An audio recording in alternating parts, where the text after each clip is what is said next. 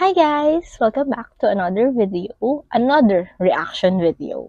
And this time, we will be reacting to, ayan, I know, this is such a delay, like 3 months of delay bago ako nakapag-react dito. And I am sorry for that if meron mang nag-aabang sa inyo ng reaction ko to this music video ng Queen and Becky. But, ayun nga, as I've said sa last recent reaction video ko, which is this one, ayun, sinabi ko po dyan yung dahilan why I stopped or why I laid low sa pagiging fangirl and sa pagiging active in posting such videos. So, ayun, samahan niyo ako. So, without any more kineme, let's go watch the video.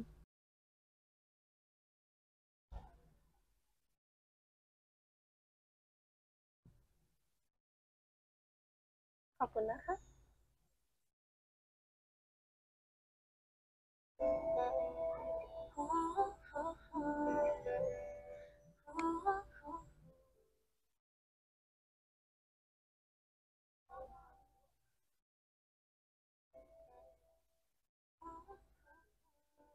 Ang ganda, parang Switzerland vibes. As we all know, they both love to go there.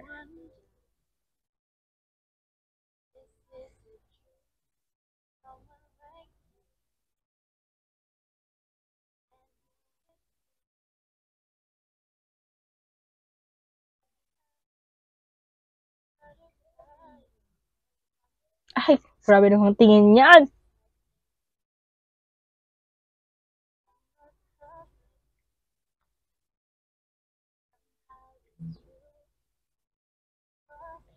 Yung boses talaga ni Finn, it's pang bata siya. Yung tunog, it's like a kid singing. Pero, andun yung soul ng boses.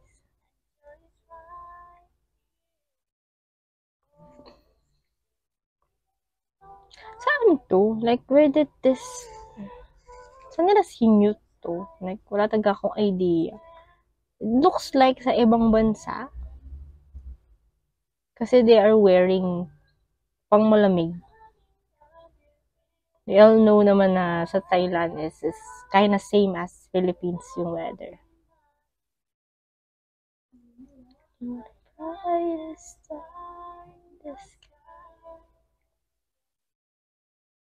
Oo, naalala ko na. Ito siguro yung picture na pinost ni Pekpek or si Frin na puro greens. Diba meron pa ganon? Where is this? Japan? Oh, Japan. Oh, so nag-Japan nga sila. Ganito po ako ka-active na. Baby shark.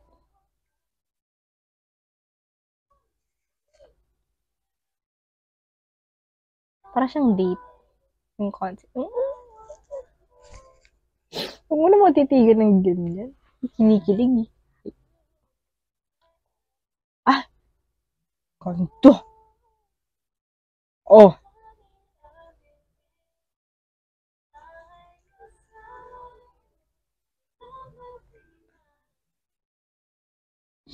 I can't wait to hear this live again.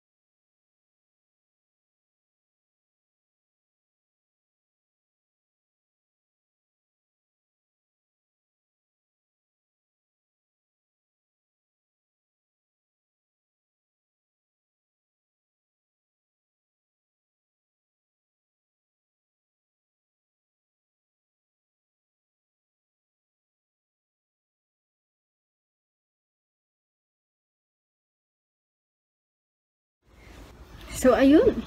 That was my reaction sa music video na No More Blues ng Finn Becky. And all I can say is 3 months of waiting nang magawa ko tong video na to without looking kahit saang spoilers man ang makita ko sa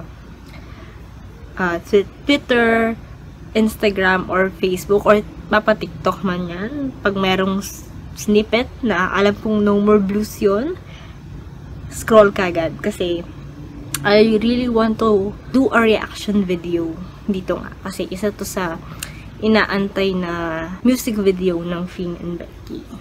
And ayun, 3 months was really worth it. Like, yung gulat ko na it was taken sa Japan. Like, hindi ko in-expect yun. Alam ko, nag-Japan sila, as far as I can remember, na merong My Day or story, or ewan ko kung it's either Finn or Becky, or one of the staffs and assistants, or yung mga friends na nakapalibot sa kanila. And, ayun nga, na nandun sila sa Japan, but I didn't think na, yun nga, sa Japan, or doon nila kukuhanin yung i-shoot yung No More Blues na music video. So, that was really a surprise for me.